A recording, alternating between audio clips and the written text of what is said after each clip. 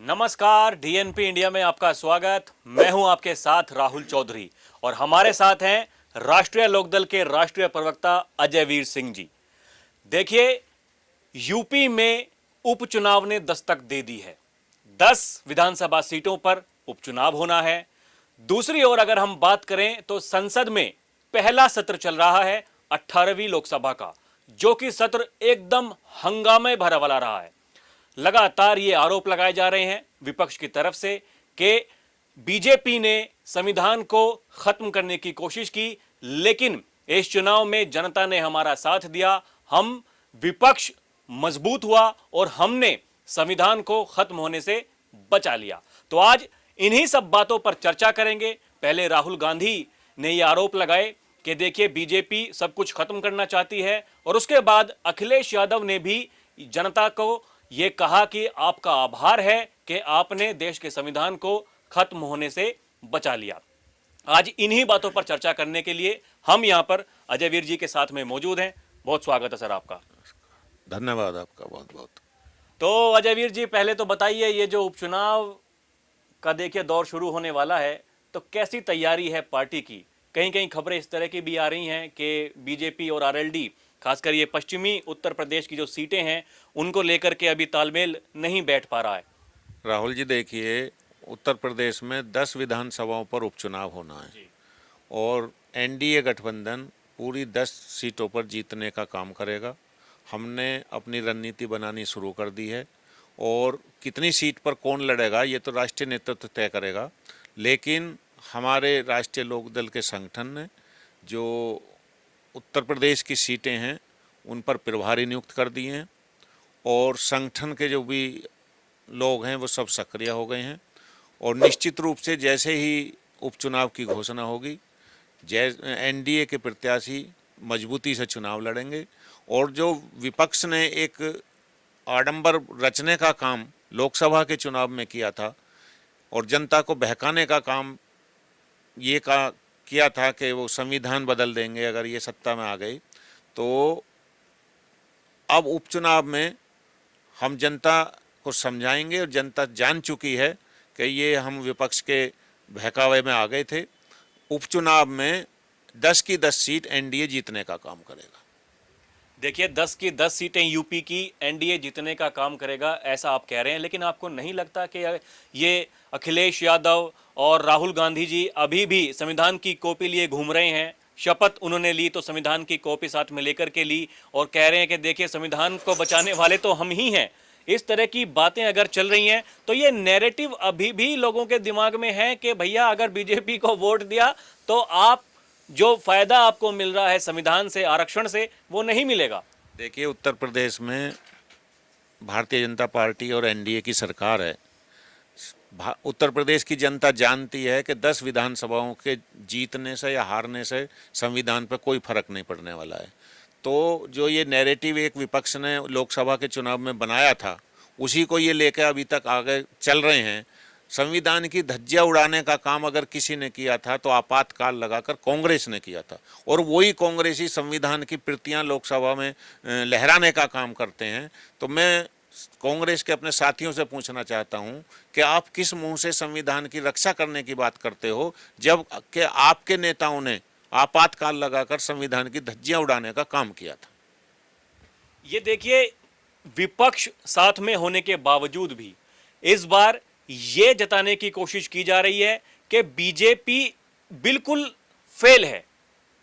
ये मतलब इस तरह की बातें दिखाई जा रही हैं कि बीजेपी सरकार बनाने के बावजूद भी उसके हाथ में कुछ है नहीं, सब कुछ जो है विपक्ष के हाथ में है। तो आपको देखिए, आप समाजवादी पार्टी के भी भागीदार रहे हैं, उनके साथ में अलायंस में आप पार्टनर रहे हैं। ये अखिलेश यादव जी, क्या मतलब आपको नहीं लगता कि उन्हें भी पहले जब आपातकाल लगा था तब तो वो विरोध में थे, मुलायम यादव जी जो उनके पिताजी थे, तो किस तरीके से मतलब वो तालमेल बैठा लिया जाता है कि सब कुछ पहले की बात भूल करके एकदम से साथ दिया जाता है? आप देखिए, राष्ट्रीय लोकदल अमूमन भागीदार रहती है हर किसी के साथ में, बीजेपी के साथ भी रही, समाजवादी पार्टी के साथ भी रही। तो मतलब ये कितना कठिन, कितना आसान होता है कि पुरानी कड़वी यादों को भूल करके नए एक माहौल में ढल जाना। देखिए, जब गठबंधन की ये युग जो है गठबंधन का युग है। अकेली पार्टी कोई चुनाव नहीं लड़ सकती। इवन जो भारतीय जनता पार्टी हमारे सहयोगी दल हैं वो भी बहुत बड़े हैं, लेकिन हमारे एनडीए के हम सब लोग उसके भागीदार हैं। तो ये गठबंधन का युग है और गठबंधन में जब मिलते हैं तो कुछ पुरानी बातें भुलानी भी पड़ती हैं और नई बातों पर आगे चलने की एक रणनीति बनती है। उसी के तहत गठबंधन होते हैं। हाँ, ये ज़रूर बात है कि जब आपातकाल हुआ था तो सारे जो अब ये लोग भी शोर मचाने वाले हैं, इनमें बहुत सारे लोग तब आपातकाल में जेल गए थे। हमारी पार्टी के लोग भी जेल में गए थे। तो संविधान की जो, जैसे मैंने पहले भी कहा कि संविधान की तो धज्जी उड़ाई हैं वो कांग्रेस ने उड़ाई हैं। अब वो किस मुँह से ये कहते हैं कि संविधान की रक्षा करेंगे? तो जनता सब समझती है। एक देखिए ये भी एक माहौल बनाया जा रहा है इस प्रकार का कि प्रधानमंत्री जी जो कि कभी सदन में अगर कोई विपक्ष का नेता बोल रहा है तो अपनी सीट से कभी नहीं उठते थे, लेकिन कुछ मीडिया में भी खबरें चल रही हैं और ये कुछ नेता विपक्ष के वो ताल ठोक रहे हैं कि देखिए पहली बार ऐसा हुआ सदन में कि बीजेपी के जो बड़े केंद्रीय मंत्री अमित शाह से लेकर के कृषि मंत्री शिवराज सिंह चौहान तक, फिर किरण रिजिजू भी, वो भी खड़े होकर के अगर कोई बात समझाने की कोशिश कर रहे हैं। खुद गृह मंत्री अमित शाह खड़े हुए, उन्होंने काटा राहुल गांधी की बात को, तो वो तो ये ताल ठोक रहे हैं कि देखिए हमने सबको बोलने पर विवश कर दिया। राहुल जी, देखिए, प्रतिपक्ष के नेता का एक गरिमा होती है, एक पद होता है लोकसभा में, और जब प्रतिपक्ष का नेता अपने बयान में कोई गलत बयानी करेगा, कोई झूठ बोलने का काम करेगा, तो निश्चित रूप से जो सत्ता पक्ष के लोग हैं वो उसको जवाब देने का काम करेंगे और वो सदन को बताएंगे कि प्रतिपक्ष के नेता इस बात पर झूठ बोल रहे हैं। वही हमारे नेताओं ने किया है। तो इसमें कोई नई बात नहीं है। अगर कोई झूठ बोलेगा तो उसका झूठ काटने के लिए, उसके झूठ सच्चाई बताने के लिए नेताओं को खड़ा होना पड़ेगा, बोलना पड़ेगा। आगे आपको क्या लगता है कि देखिए ये जो वहां से तो ताल ठोकी जा रही है कि पहला जो प्रदर्शन था राहुल गांधी जी का वो शानदार रहा। आप अब जब सत्ता के साथ भागीदारी है आपकी, आप क्या सोचते हैं कि क्या इस सदन इसी तरीके से मतलब ये हंगामे भरा ही रहेगा अगले 5 साल, या फिर पक्ष और विपक्ष दोनों एक साथ मिलकर के जनता की भलाई के लिए कुछ काम करेंगे? देखिए, जनता ने जो मैंडेट दिया है एनडीए को सरकार बनाने के लिए दिया है और जो इंडिया गठबंधन था उसको विपक्ष में रहने के लिए दिया है। तो हम चाहेंगे कि विपक्ष भी जो सकारात्मक अपनी भूमिका है उसको निभाने का काम करे और जो हमारे सत्ता पक्ष के लोग हैं उनको सरकार चलाने में, देश को आगे ले जाने में भागीदारी करने का काम करें।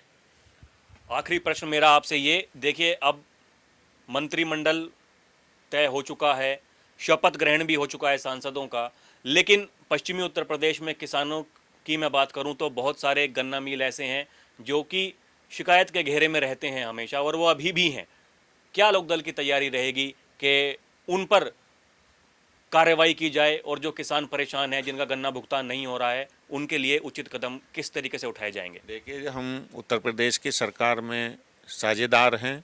हमारे जो विधायक हैं, जो मंत्रीगण हैं, वो मुख्यमंत्री जी से भी मिले हैं, गन्ना मंत्री जी से भी मिले हैं, और जो किसानों की समस्याएं हैं जो सरकार के ध्यान में नहीं आती थी, उन समस्याओं को बताने का काम किया है।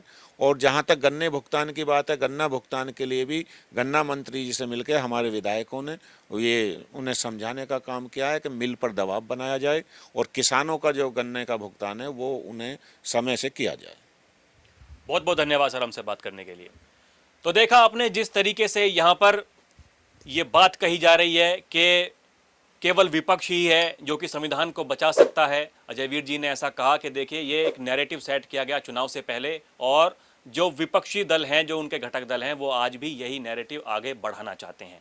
लेकिन ज़रूरत है जनता के कल्याण के लिए पक्ष और विपक्ष के नेताओं को एक साथ मिलकर के उनकी भलाई करने का काम करने का, तभी देश विकसित भारत की ओर अग्रसर हो सकता है। तो अभी के लिए इतना ही। आप देखते रहें डीएनपी इंडिया। कैमरा पर्सन प्रिया के साथ मैं राहुल चौधरी। नमस्कार।